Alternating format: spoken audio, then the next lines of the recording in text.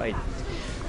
Good evening, ladies and gentlemen. Welcome to this live interview from COP17 Durban at the UNFCCC Climate Talks. Today we have with us Mr. Keith Regan, Director of Camco. Welcome, sir.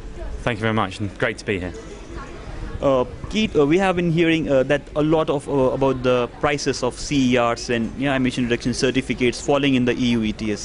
What is the current status, and can you explain this fall of prices? Well, I think the fall within the EU ETS has been purely or largely a function of the slowdown in economic activity across the Eurozone. And that has been much more prolonged and a bit deeper than anyone first thought. And there's a risk again of a double-dip recession across the Eurozone, which will impact output. And so we've seen both EU ETS prices fall, and as the EU ETS is the biggest single market for CERs, in fact almost all CERs flow into the EU ETS, then there has been a knock-on impact on CER prices. Unfortunately, while we hope that will pick up, it is likely to take a big policy shift, perhaps moving to 30% by 2020, and that will really perk up prices. Keith, Camco is a very large company. It has been involved in carbon trading to a great extent. How is your company positioning itself for this post-2012 carbon markets? Mostly through diversification. So we have a very strong carbon credit business, and that will continue, especially in least developed countries.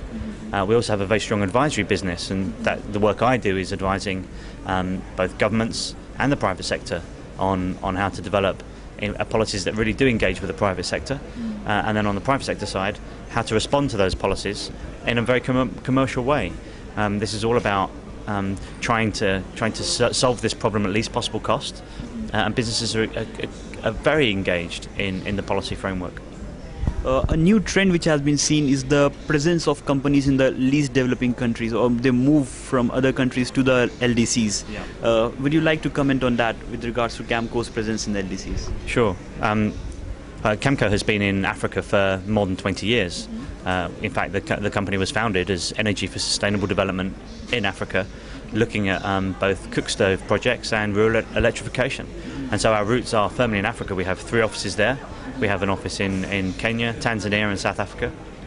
And we work across the continent. So from our point of view, it's great that there's going to be a continued focus for the CDM in Africa. And we're really looking forward to continuing working there.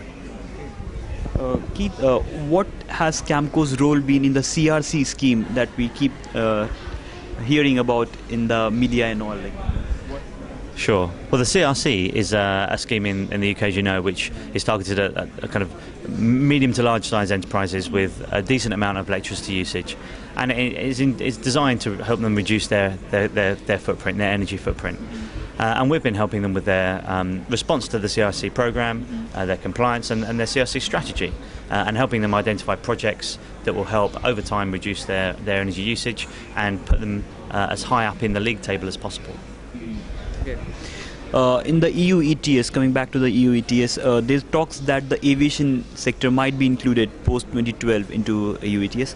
So what are your opinions, and how do you think it will play out? Well, I very much hope it will be.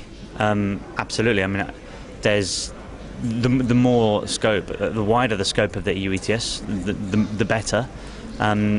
The aviation sector is likely to be a net buyer of EUAs, and so therefore that will be a positive impact on pricing, and the maritime sector as well. That'd be another great boon to the EU ETS post 2012 if that could be integrated at some point as well.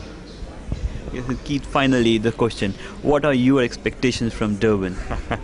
Well, when I arrived, I had like everyone else, very low expectations. But what I heard over the weekend and at the start of this week, especially from China and the EU, has been very positive. And so I now think there's a risk that everyone is very hopeful that there will be, if not an extension of the Kyoto Protocol, at least a very clear commitment to talking about how that can be achieved and a roadmap going forward.